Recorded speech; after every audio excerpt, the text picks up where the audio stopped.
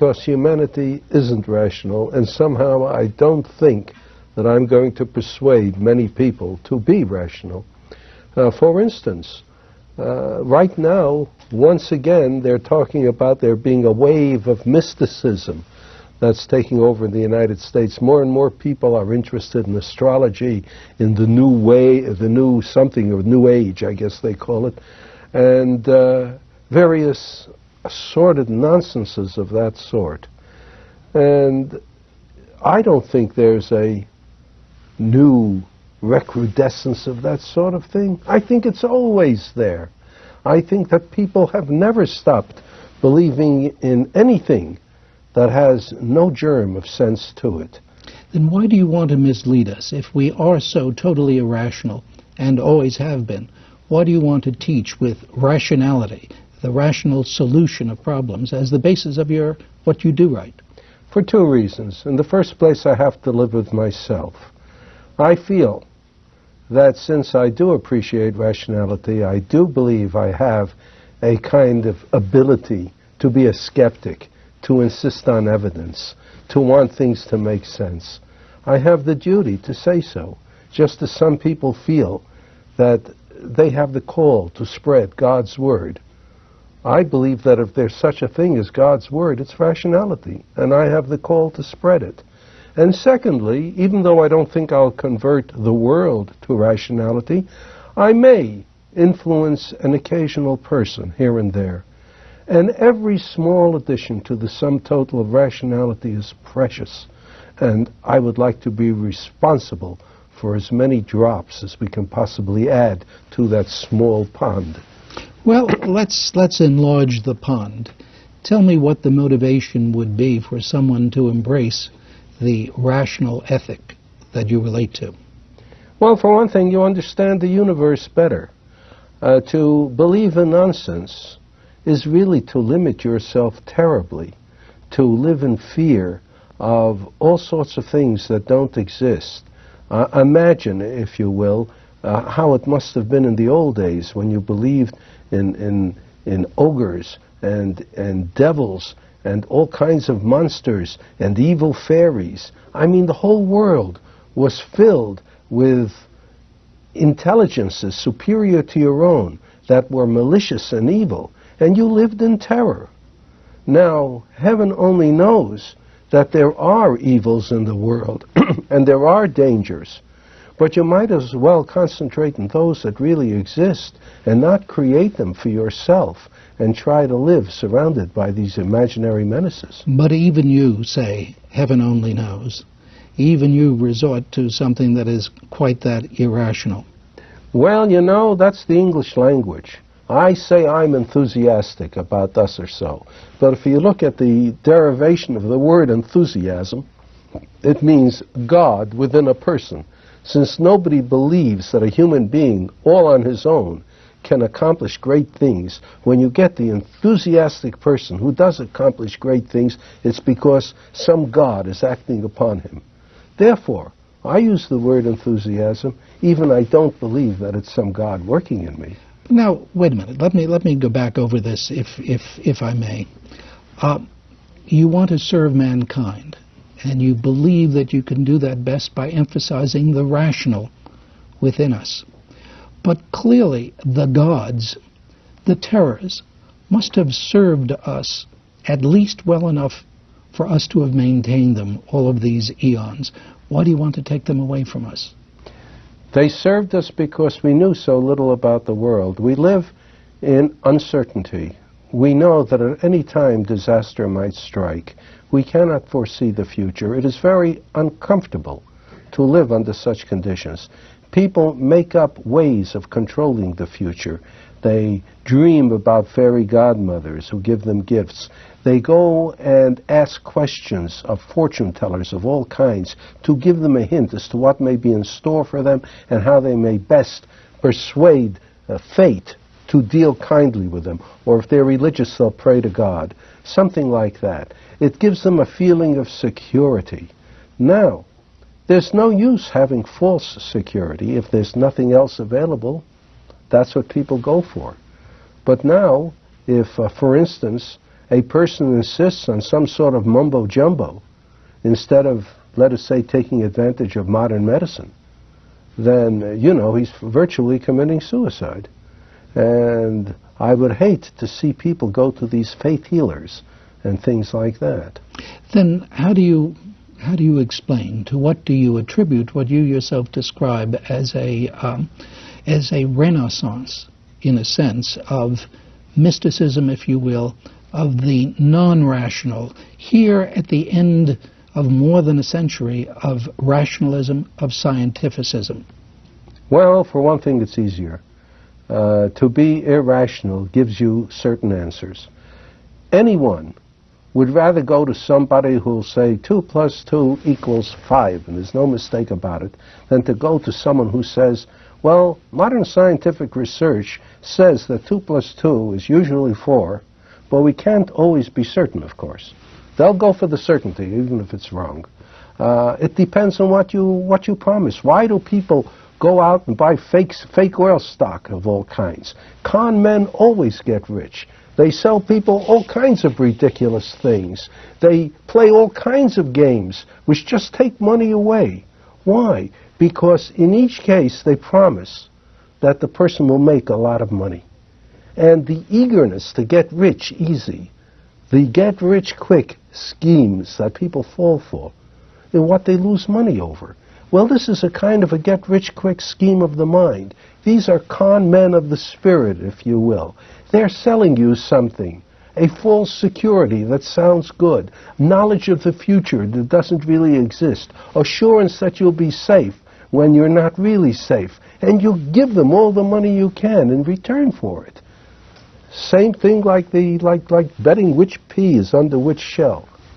You say same thing as the old con man's device, and yet obviously there must be some subjective satisfaction here, some subjective satisfaction given by the claim to irrationality, and some fear as to those who have mastered reason. After all, this is again the century of science. Perhaps as we look to see what science has done, what it has brought us, it would seem to us that greater safety, greater security, reasonably can be assumed to reside in the mystical. Well, it sounds good when you say that, because you think of chemical pollution and nuclear weapons and all the things that modern science has brought through its misuse, largely by politicians and businessmen and so on. But nobody really wants to abandon science, and it never happens. For instance, you want to go back to the good old days when you could just be mystical, when if you did happen to get appendicitis, you died in agony because there was nothing anyone could do for you. If you did have to go to the hospital, these were butcher shops of sheer torture because there's no anesthesia. There are a million things that people won't abandon. People complain all the time about modern life, about what has science done for us. Try to take away their automobiles and television sets. They won't give it up. So that while it's fashionable to say that it is better to do as the older generations did, no one really wants to do it. You show me a person who longs for the simple life, and I'll show you someone who's living in a penthouse in Manhattan.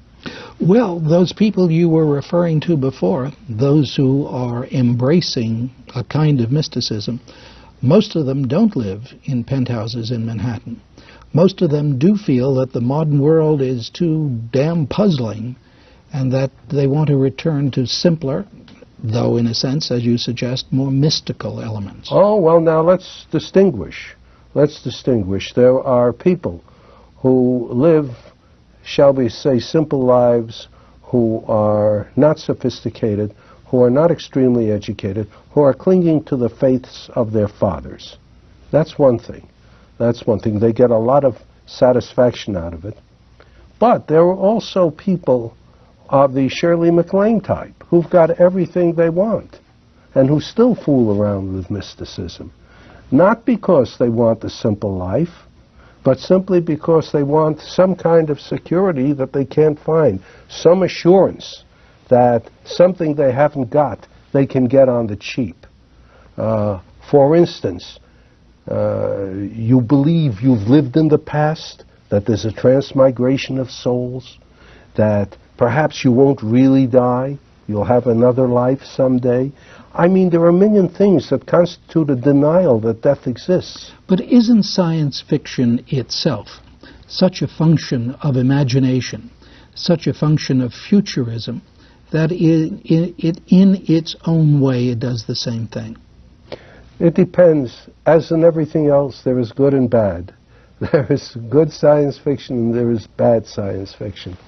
Good science fiction tries to invent a society which is different from our own, distinctly different, but which holds lessons for our own.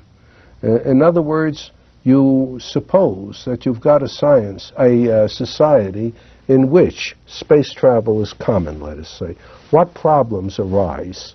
What special difficulties do people who are engaged in space travel, what are they facing, etc., etc. Now, this is no promise to you that life will be easy. As a matter of fact, I think that most science fiction stories tend to be on the grim side, that unfavorable futures make for better stories than favorable ones. And a friend of mine says that science fiction writers are scouts sent out by mankind to survey the future and to come back and say, that way lie quicksands. This looks pretty good if we can get over a hill, and so on. We don't predict, not deliberately. Sometimes we hit on something that actually comes to pass. I've done that myself, but that's largely accidental.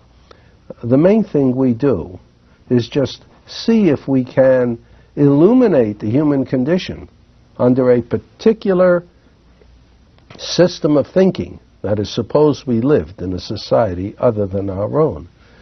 Now, it's just another version of literature, in other words. Good literature, all of it, is supposed to illuminate the human condition. But it's interesting that you say so much of science fiction is negative, in a sense, is grim. I think you used the word grim. I'm thinking, too, of the negative utopias. I think many of us used to think that books about the future, writings about the future, were always very positive. And then we came to Brave New World, which in its own way was written so many decades ago, a kind of science fiction, and a negative utopia. Brave New World, 1984, and a great number of them. Well, this happens all the time for a simple reason, that it makes for better drama. You write a story about how everything is just fine, people fall asleep over it. Even stories which have happy endings are grim until the happy ending. Think of all the fairy tales you read. Sometimes people say, why don't children go back to those good old fairy tales? And I always say, I recite the plot of Hansel and Gretel. Here are this poor woodcutting family starving to death. And the mother, not the stepmother, the mother suggests they send out the two kids and just let them starve so they don't have to feed them. And they send them out twice. And then when they finally lost because they put out breadcrumbs and the birds have eaten it, they come across a witch who's going to eat them. So you've got abandonment, you've got child abuse, you've got cannibalism. Finally it ends happily, but you can imagine what the kid has suffered till he gets there. Why do you put that in? These are folk tales. The grimmer you make them, the more relief there is at the happy ending. And unfortunately, people are going to realize that the grimness is true. The happy ending is false. Do you follow that same pattern yourself in your science fiction? In a way, I do. There's always danger. There's always risk. It always seems as though the right side, whoever they may be, is not going to win out. And in my stories, they always do. But yes, there's grimness. Whatever happened to Edward Bellamy's approach of looking backward, in which one could think of a very positive utopia? Well, there you have something like Thomas More's Utopia, which gave the whole thing its name. There you're trying to sell something. You're trying to sell the idea that everything would be wonderful if only you had a single tax on land, or everything would be wonderful if only you had socialism, or everything would be wonderful if simply everyone held their possessions in common, or if everyone went to church and followed the golden rule. So naturally, you're presenting a wonderful world, but much more common and much more effective are the ones that show what not to do, like in Gulliver's Travels, when you have the world of little people who mirror all the follies and corruption of 18th century England, and you laugh at it because these are little 6-inch people who are doing all this, you see? And you don't stop to think that what the author is doing is to deliberately mimic English society and get you to laugh at him because you think it's science fiction. Do you have a political agenda, if I may call it that? Or to what extent do you have a political agenda? I think that may be a better question. Well, let's put it this way.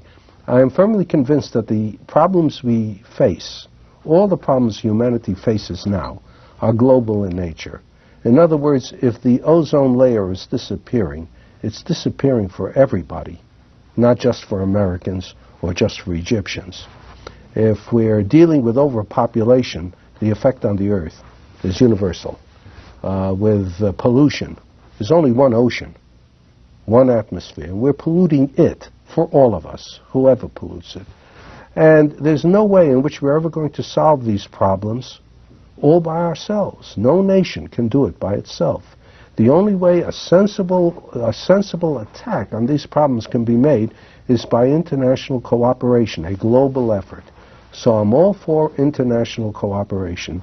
I'm against not only war, but I'm against the fact that the world spends $500 billion every year just preparing for wars which they don't dare fight. And that $500 billion that goes into weapons of war, into standing armies, into all kinds of chazarai, can't be used for anything else, and isn't. So that we're short on dough for things to combat acid rain, for instance. We can't figure out what to do about a host of problems because we're spending not only all our money, but all our effort and all our emotion on this useless thing of nation versus nation, which maybe destroy us all. Now, when you go through that litany, it comes back again, I must say, to the notion of how in the world do you equate those threats, the things we are doing to ourselves, with this rationality that you assume to prevail in the nature of human nature. Well, what stands in the way of us attacking these things in a global sense? Mostly irrational feelings about I'm better than you are. Each nation suspects its neighbors. There's a kind of awareness of enormous differences that don't really exist. You know, what is the major difference between the Northern Irish who are Protestant and the Northern Ireland who are Catholic? Protestants and Catholic exist together in all the world. Why can't they exist together in Northern Ireland? What keeps them apart? Keeps them killing each other for decade after decade. What is there about the Israelis and the Palestinians that makes it impossible for them to see each other's point of view? There's a difference in religion, yes, but surely we're past the idea of wars of religion. There is this foolishness, which I can only think of as foolishness, that as the whole world is sliding into the abyss, people are ignoring that fact and fighting with each other. Who cares who's going to win when everyone's going to lose? So that we have irrationality keeping us from really attempting to tackle the problems. You know, as I listen to you, and listen very carefully, I can't help but think of another novelist, another novel. Can't think of that segment in The Brothers of the Grand Inquisitor and the accusation made to the Christ figure that he demanded too much of us, worked on the assumption that we human beings were capable of eschewing miracles, eschewing the search for bread, etc. You want us to do something that it would seem this century has demonstrated we're not capable of doing. We can do it if we really want to, because we have done it in the past and we are in the process of doing it. When the Revolutionary War was over and the United States had won its independence, there were 13 independent states in the nation. Congress was a United Nations at that time. It couldn't pass taxes, couldn't collect money except voluntary contributions, as the United Nations does. It couldn't establish laws. Each state established laws. The nation would certainly have fallen apart into quarreling segments and been destroyed, except that we had the Constitutional Convention in which the states gave up their sovereign power and formed a federal union, which was to have the sovereign power. And it continued, and 80 years later, over the issue of slavery, some states were sorry they'd given up their sovereign power and tried to take it back. Well, if we were to turn to the individuals who pointed the way to us out of that morass, to Jefferson and Madison and Hamilton and Washington and others, do you find their counterpart today? Do you find their counterpart in the scientific community, for instance? Well, yes, I do. As a matter of fact, I can't point out the individuals properly. I'm sure you couldn't at that time. You know, distance lends enchantment and gives you perspective.